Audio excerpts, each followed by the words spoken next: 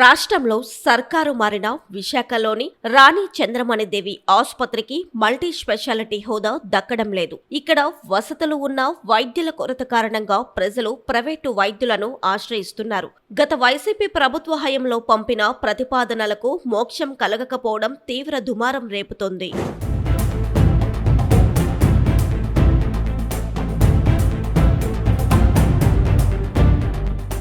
విశాఖ తూర్పు పరిధి పెదవాల్తేర్లో రాణి చంద్రమణిదేవి ఇచ్చిన 32 ఎకరాల భూమిలో రాష్ట్ర ప్రభుత్వం ఆసుపత్రి నిర్మించింది. ప్రస్తుతం ఇక్కడ 70 పడకలు ఉన్నాయి. ఆసుపత్రిలో సూపరింటెండెంట్ సహా 2 వైద్యులు మాత్రమే ఉన్నారు. గతంలో కేజీహెచ్ నుంచి పీడియాట్రిక్ జూనియర్ డాక్టర్ వచ్చేవారు. దాదాపుగా ఏడాది కాలంగా ఈ జూనియర్ డాక్టర్ రాకపోవడంతో ఆర్థోపెడిక్ వైద్యులే పిల్లల వైద్యం కూడా చేయాల్సి వస్తుందని ఆందోళన వ్యక్తమవుతుంది.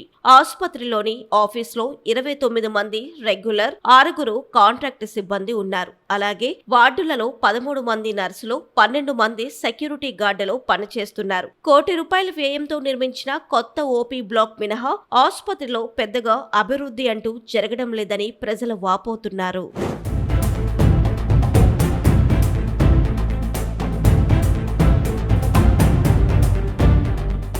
ఆసుపత్రిలోని ఓపీ విభాగానికి రోజు 60 నుంచి 90 మంది వరకు చికిత్సల కోసం వస్తుంటారు. ఇక్కడ సెరెబ్రల్ పాల్సీ వ్యాధికి ఉచితంగా ఆపరేషన్లు చేస్తారు. ఒడిశా, ఛత్తీస్గఢ్ వంటి రాష్ట్రాల నుంచి సైతం రోగులు ఆర్సీడీ ఆసుపత్రిలో చికిత్స కోసం వస్తారు. గత వైసీపీ సర్కారు హయాంలో మల్టీ స్పెషాలిటీ చిల్డ్రన్ హాస్పిటల్ కోసం ప్రతిపాదనలు పంపారు. అప్పటి ప్రభుత్వం నిర్లక్ష్యం కారణంగా ఈ ప్రతిపాదనలు ముందుకు కదల్లేదు. కూటమి ప్రభుత్వం వచ్చి 2 ఏళ్లు గడుస్తున్నా ప్రతిపాదనలు కార్యరూపం దాల్చకపోవడం దారుణమనే చెప్పాలి. ఈ ప్రతిపాదనలు ఆమోదం పొందితే ఇక్కడ 197 కోట్ల వ్యయంతో భవనాలు, 500 బెడ్లు అందుబాటులోకి వస్తాయి. కానీ ఇదంతా తీరని కలగా మిగిలిపోతుంది.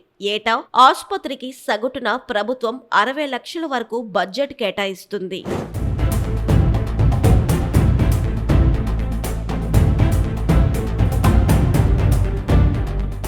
ఆర్సీడీ ఆసుపత్రిలో పలు రకాల వైద్య సేవలు అందుబాటులో ఉన్నా తగిన ప్రచారం లేక ప్రజలు ఈ సేవలు పొందలేకపోతున్నారు.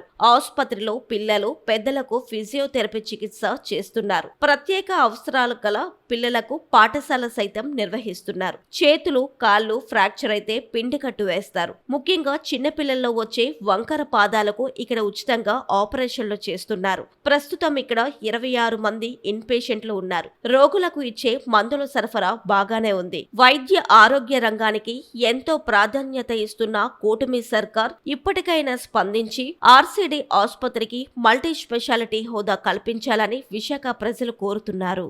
పెదవాల్టర్లో ఉన్న రాణి చంద్రమణిదేవి హాస్పిటల్ సూపరింటెండెంట్ డాక్టర్ మురళీకృష్ణ మాట్లాడుతున్నానండి. ఇక్కడ మనకి వంకర బాధాలు, తర్వాత సెరెబ్రల్ పాల్సీ వీళ్ళందరికీ మనకి ముఖ్యంగా ఫిజియోథెరపీ చేసి, తర్వాత అవసరమైతే ఆపరేషన్లు చేసి, వాళ్ళని నయం చేసి మామూలుగా తీర్చిదిద్దేటట్టు ప్రయత్నం చేస్తున్నాం.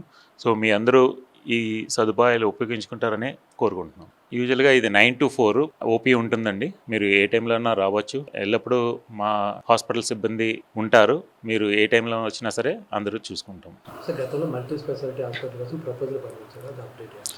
ప్రస్తుతానికి అది బడ్జెట్ కారణంగా మరి దాన్ని ఇంకా ప్రస్తుతానికి ఇంకా మళ్ళీ ఇంకోసారి ప్రపోజల్ పెడుతున్నాము.